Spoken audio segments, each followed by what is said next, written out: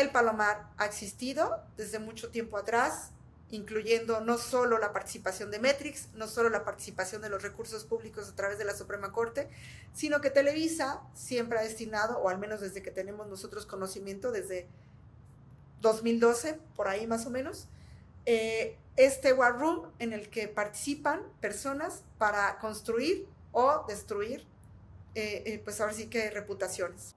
Ahora, en este caso de Saldívar, que llegó a ser el presidente, ¿no?, de la Suprema Corte de Justicia y ahora, tengo entendido, es funcionario de gobierno de la actual presidenta, Claudia Sheinbaum, en este caso en particular, Televisa, por lo que me cuentas, habría sido como el operador, el que le hacía la campaña sucia a los enemigos de Saldívar. Ese es un caso.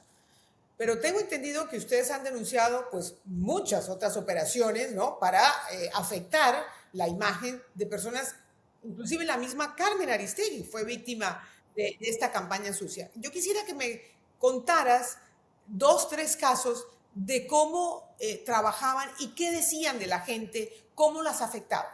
En el caso de Carmen Aristegui es clarísimo y tiene que ver de manera fundamental en el momento en el que Carmen comienza a darle voz a uno de los personajes clave de una denuncia a nivel internacional que presentó precisamente el señor Eduardo Fernández en contra de directivos de Televisa en Estados Unidos. Este señor Fernández formó parte de los equipos directivos de Televisa y después se dio cuenta de que ya llegó un momento en el que, bueno, pues también él no quiso quedarse callado, acudió a Estados Unidos a presentar una denuncia pues por actos de corrupción, y es justo lo que comparte con Carmen Aristegui en una entrevista muy amplia que le dio a Carmen Aristegui, y acto seguido los bots y toda la gente que trabajaba en ese momento en Palomar comenzó a atacar en redes sociales a Carmen Aristegui de una manera brutal.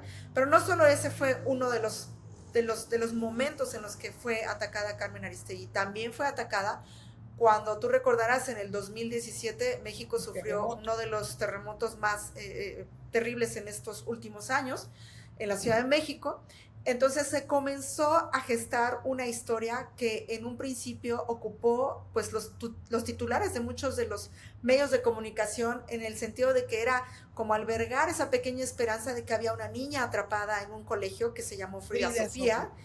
Y esa historia, bueno, dio la vuelta al mundo, y que Frida Sofía todavía estaba viva y que podía escuchársele. Bueno, todo eso fue una falacia. Entonces, el primer medio o la primera comunicadora que dio a conocer que eso era inventado fue precisamente Carmen Aristegui, y volvió nuevamente a ser atacada por Televisa y por todos estos bots y por toda esta recreación de posts y imágenes falsas en las que obviamente daban distorsionaban la imagen de Carmen Aristegui de verdad de manera abrumadora y grosera. Lilia, y cuando dices que afectaron y atacaron, ¿no?, cruelmente a Carmen, ¿qué decían de Carmen? ¿Qué se inventaban? Dame un ejemplo de cómo operaban. Sí, pues por ejemplo, utilizaban las propias la propia voz de Carmen. Por ejemplo, se argumentó que Fernández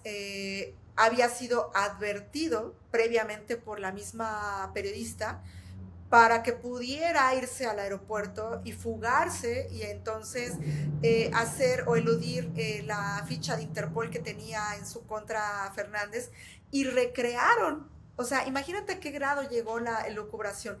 Recrearon un chat en el que supuestamente estaba el número telefónico de Carmen Aristegui y el teléfono del señor Fernández, y entonces hacían pantallazos de estos supuestos chats en WhatsApp en los que se hablaban con cierta familiaridad entre los dos personajes involucrados, y todo esto lo posteaban en redes sociales como argumentando: miren, aquí está la mentira revelada de Carmen Aristegui, cómo es que ayudó a escapar a un fugitivo y además involucrado con una estafa y una denuncia ante la Interpol.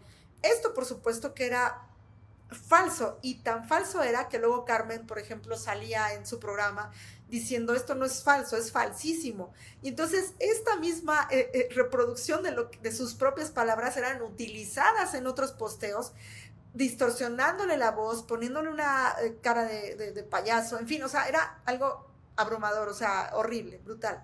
Y así operaban. Y obviamente, y eso es algo importante que hay que destacar, pues estas personas no podrían tener el nivel de alcance en redes sociales si no hubiera sido gracias a que, uno, tenían bots no solamente humanos, sino tenían también bots, como les llaman, orgánicos, se metían en grupos con identidades falsas, en grupos en redes sociales pro gobierno actual, o sea, que acá en México es conocido como la 4T, o sea, grupos de WhatsApp, grupos en redes sociales, grupos en Facebook, y adicional a eso pagaban cantidades de decenas de miles de pesos mexicanos para poder promover estos posteos o estas informaciones falsas en redes sociales. Entonces, estamos hablando de pues se catapultaba obviamente el mensaje, pues porque ellos lograban difundir estas informaciones falsas en muchísimos